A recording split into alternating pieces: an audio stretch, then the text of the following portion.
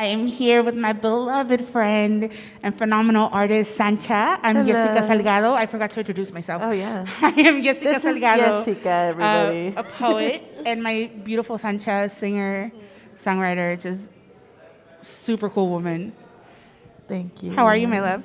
Good. How are you? I am so good. I'm so happy to be with you I here. know. We were talking about that. It's been over a year since we've seen each other. Over a year, yes. Oh, it's a whirlwind. So how have you been? Uh, Crazy. Anxious, depressed like everyone else, but also like having a lot of work. Yeah, it's been really weird to have to create in a time where it feels like we should be in hibernation. Yeah. Yeah. And it also sometimes feels nice to hibernate and not have to do anything. Or Absolutely. leave your home for Yes. anything. Hold on, let me adjust this mat. Like, this is the real deal now, right? When you're on camera and then, like, Oh, yeah. especially when you wear glasses and you start getting the steamy, I'm like, I'm happy to see you, and I'm steaming up at the sight of you, Sancha. Oh, yeah. So on the way here, we drove through LA, and there was so much that I haven't seen in such a long time because I've been staying in Silver Lake where I live. Yeah. And it was surreal, but it was so beautiful to see our people out, like to see so many POC. And I know that they Yeah. need to be out because of work and stuff like that, but it reminded me of like the beauty of Los Angeles. Yes. Like, yes. so where have you been going to find beauty during this time? There's a park really close to my house. I'm living in Alhambra right now. Okay. And it's been hard to get any physical activity done.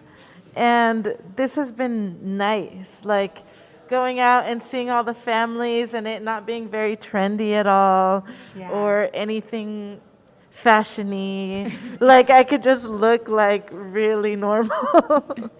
Isn't it like a kind of like having to take off your cool a little bit and Yeah. like just get to relax? Like, I know that I've met all the pets in my neighborhood, all the dogs. I adopted a pandemic dog. Oh yes, Mango. So Mango, and being with him has made me socialize with my neighbors, and then like now I don't know their names, but I know their dogs' names. Oh. Yeah.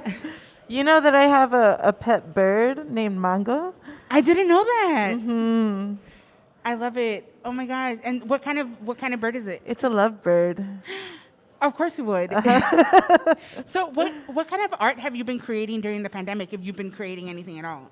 I've been writing music, mostly music that stands alone, like not in an album, because I usually think very story. And Yeah. recently I've been like, no, this could just be a song that feels good. You know, like not much to it. Like, this is a song that makes me feel good right now. I don't have to get that deep with it, but it is. The themes are always kind of eerie, but Which they're gonna, I'm but I like, think that's true to you too. I know. Ma, has that changed at all? I don't think so. So the last time that you and I were together, we were performing at Grand Park, right? Oh, And then that yes. was such a beautiful night. And I just remember that leaving that night so in love with LA. Yes. Like, I wanted to talk about your love for LA because I know that it's not necessarily your hometown, right? Like, Yeah. but it's become your home. Yeah, yeah. And so how does your love for LA influence the way that you perform in LA and the way that you create in LA? Well, the thing that really, really inspired me here was having friends that are brown from working class, and that don't leave their house until they're like 27, 30, you know, like, Yeah. so I get to meet people's families, and and everyone's, the people that I know are queer and are in some way an alien with their family, but like so accepted, and it's so integrated where I've kind of been like the one that ran away, you know? Oh, I didn't even think of that. Like, because, in LA, it's become as expensive as most other cities, right? Yeah. So some of us stay at home either because we can't move out on our own or because we're going to help our parents. Exactly. And I think that is so beautiful that you name that like if you go over to somebody's home, you're not only going to their home, you're meeting multiple generations of their family all at once, Exactly. right? Like the mom and the abuela, and then if they have the siblings there. Yeah, and their life is sometimes so punk or so like fashion or things like that, and it's like you get to see them there with their grandma. It's like you get to meet people, like people's humanity, and I think a lot of times, like in our industries, we don't get to see that. We only get to Exactly. see the glam. We get to see you Yeah. in your beautiful dress. And who is it that designed your beautiful dress? Olima. Yeah, I love Olima. Olima is a dear friend of ours, Mhm. a Salvadoran. Shout out. Ooh. And so, what have you? Has there been like a pocket of people or like a group of people that have surprised you that you've become friends with since you've lived? How long have you been living in LA? I'm going on 6 years, or So it's not it's been even. 5, so Yeah, going so on it's 6. not even like new anymore. But No, like, no, no. have you found yourself in pockets that you were surprised to be in? Surprised. I don't know if I would be surprised by anything. Um, I guess I was surprised that I was back in the club scene because I definitely was like, I'm a musician. I'm no longer a club girl. You're like, I'm a serious professional. Yes, a serious musician. And no, I found myself back in the club scene, but also around a lot of musicians.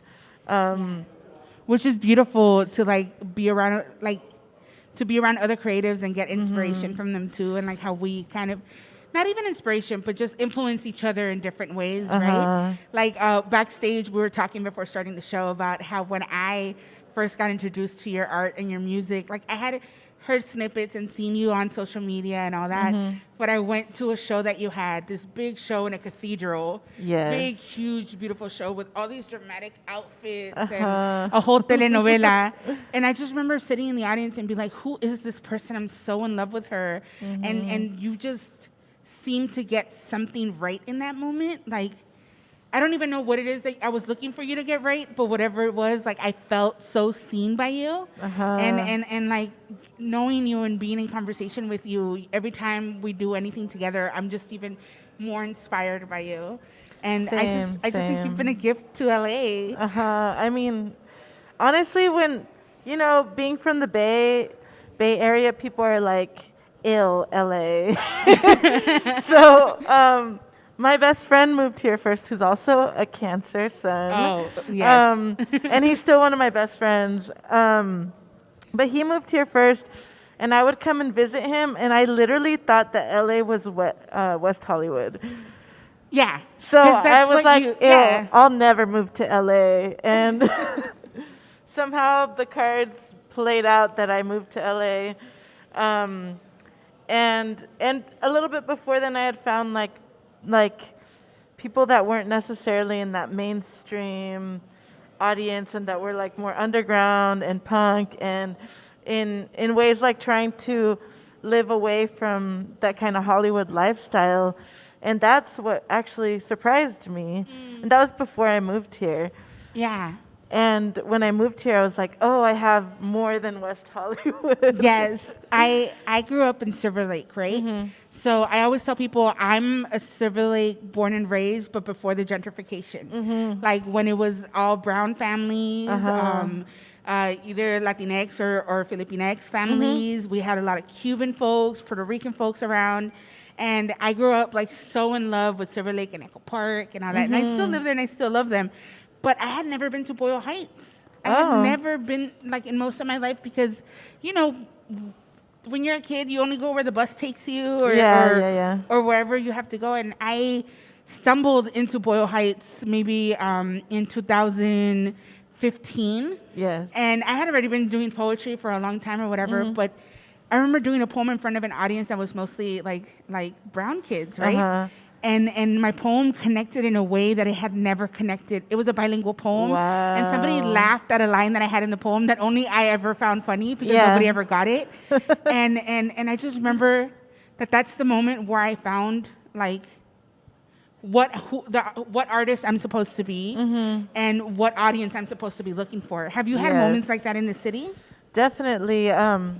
One of my first managers here was Rudy. He did this club called Scum. Oh, yes. And I sang it, I think it was the 2nd year anniversary.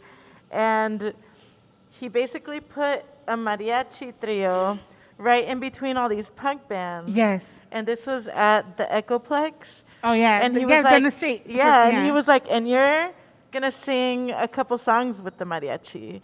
And oh, my gosh. that audience right there was like, wow, this is everything, you know, like people were moshing before and after. And then they were singing along to Paloma Negra, Échame a mí la culpa. I would be like moshing, crying, sobbing, and then going back to like moshing. That sounds so amazing. And that was the moment that I was like, wow, this is it. Wow. Now I'm mad I wasn't there. Because I don't think I've ever seen you sing with mariachi. And that would be such a gift. Like, I think you did like some Juan Gabriel covers recently. Yes. And I was, me and my best friend Monica, we were like, I was like, we were watching her, but I'm out crying. I'm like, why is that making me cry at the club right now? And then you actually made people cry in the real club. We're going to do a Juanga song today. Oh my gosh. I'm such a fan of you, of Juanga, of everything. So what are you excited about right now? Like what's happening in Sancha's world that's super exciting? You know, I'm excited about today. Yes. Getting to see you. I know. And the new ways that people are finding to perform and to be out here for all of you, you know, like it's not just at home sometimes, like we could do things that are safe and in front of cameras. Yeah, you've been consistently doing things in front of camera in the last year, which has been like such a gift, you know, like you did something, I think, in front of a home. Oh, it was my home. In front of your home. And then you did something also like amongst plants. Yes, yes. With Latinx with plants. Yes. And I'm such a fangirl. I'm like, look, these are all the things you've done. I have a list of them. Yeah. Everything you've done. We've been doing things with whatever we have. I've upped my studio game. I got myself the new iPhone, and you're up with technology. Exactly. I was like, I need to do this right, even if I'm doing it myself. And also, I like when I don't have to do it myself. Yes. But I think that's something that about you that really empowers me too, that I see you as a go-getter and I see you as an innovator. Like you tend to do things, you have your vision and you're like, this is what I'm going to do and I'm not going to compromise. And it's so beautiful to see you do that into fruition. Like as a writer, like everything is concepts for me. Oh, yes. So like, you know, like actually put them out and like seeing things live. I'm like, that's so much magic. I just consider you such a magical being. You too. I Thank mean, you. I'm here amongst magic. Yeah, of course. And we get to do it in front of the cameras. I know. We get to have camera and we get to have the beautiful people here at Vans. And then we get to wear these fly shoes. Oh, yeah. Like, they didn't even ask us to plug, but I just love my shoes so much. I'm like, I don't have nails on right now, so look at my shoes instead of looking at me. But I see that you have your nails. Oh, yeah, I got a little press-ons from CVS. So what's made you feel like glam? And like, what right now, what are your favorite things for you to feel cute and sexy and all of that? You know, being at home has changed a lot. I'm like, do I need to buy sweats? And I didn't own sweats before. But buying nice lingerie has made me feel very glamorous. Ooh. I can't stop tie-dyeing things. Oh. Everything I have is tie-dye now. And I'm like, what am I going to wear once this is over? Like, once tie-dye is over. Tie-dye everything. And I have now, like, tie-dyed sweats, pajamas, T-shirts. Wow. Oh, yeah, canvas matching. bags. Everything matching would feel so luxurious, too. Yes. And then also, face masks have become my favorite thing. Ooh, yes. Because we're home, right? And like my skin game has upped because we don't have to put makeup on all the time. Oh, yes. Yeah. It really has, huh? Like, yeah. It's like now I'm not breaking out because I'm like taking makeup over makeup. The home glam. So tonight you're going to perform. When was like, I was gonna ask you when was the last time you performed, but I feel like you perform pretty often. The last thing we did was not video. It was only audio. Ooh. And it was a very last minute gig for this company called Oda. Uh-huh. But it was nice because we really got to like focus in on the sound, and it was kind of a relief to not have to be looked at. Yes. Yes. Yeah. I have found myself a lot enjoying long phone calls with friends and just chatting. I've been three-waying again. Like, when was the last time we three-wayed, right? Oh, Like, yeah. Since the beginning of the quarantine. You know, or like when we used to three-way when we were younger to catch somebody in a lie, Yes. and then you'd be like, That so Mean what did Girls you what did thing. you think about so-and-so? And then she's like, her, I don't like her. And then the other one clicks, and you're like, what? She was on the phone? So I'm not ambushing anybody, but it's been like, yeah. And then also Valentine's Day is coming up. Oh, yeah. Are you doing anything special? Not really. No. Are you doing anything? Are you gonna pamper yourself in any kind of way? I always like to pamper myself. You're like, this is something different. I'll eat a lot of chocolate, maybe a lot more than I'm used to. Like I had one of my followers. I call my followers my mangoes. And they randomly sent me an edible arrangement. Oh, and that's then like beautiful. at first I was just like I ended up finding out who it was, and I'm very grateful. But for a moment I was just like, I want to have a secret suitor somewhere sending me like, because they send me chocolate dipped strawberries. Ooh, and that's such a sexy yummy. gift, you know, Yes. like, and I'm like, I want to, so I'm still imagining there's like a suitor out there that's like sending me chocolates and I'm strawberries. gonna send you something anonymous. Oh my gosh. That's what I'm gonna do. I'm gonna send all my friends something. Oh, that's so, yes. Not that I'm good with gifts. You're not a good gift giver? I'm not. There's people that really think about it, and that I'm like, wow, how did you know that I would like that? Or just with somebody else, seeing other people get gifts, I'm like, wow, that person's really thoughtful. Yeah. I don't have that in me. I'm really good at like, I love giving gifts, but I don't think I'm like as thoughtful in that way. I think for me it's more like feeding you. Or listening, and if you say you want something, getting it for you. But I've learned not to do that all the time too, because sometimes it's something people want to get for themselves. So it's like a little tricky, but I love feeding people. I don't cook though, so I'll just take people to a restaurant and be like, or Venmo them so that they could Postmate and things like that. I'm the opposite. I like to cook. You do? And so I like to cook for people, yeah. So you're going to cook for me soon? Oh, yes. What do you want? Chiles rellenos? Oh, my Some God. enchiladas? I love chilaquiles. Ooh, I'll Do make you some bomb chilaquiles, yes. So it's on. And then we're wrapping up. So then that's going to be perfect because I have you on camera now that you promised me chilaquiles. So then when I'm like, I don't remember. I'm like, Vans Channel 66 has record of you promising me chilaquiles. So you guys know, Sancha promised Jessica Salgado. I'm saying our full names. This is our contract. But No, definitely. I love making chilaquiles. Of course. I love you so much, and thank you for inviting me to be a part of this and to just chat with you. Like, I even forgot the cameras were here for a second. I know. I got lost in the ocean that is Jessica.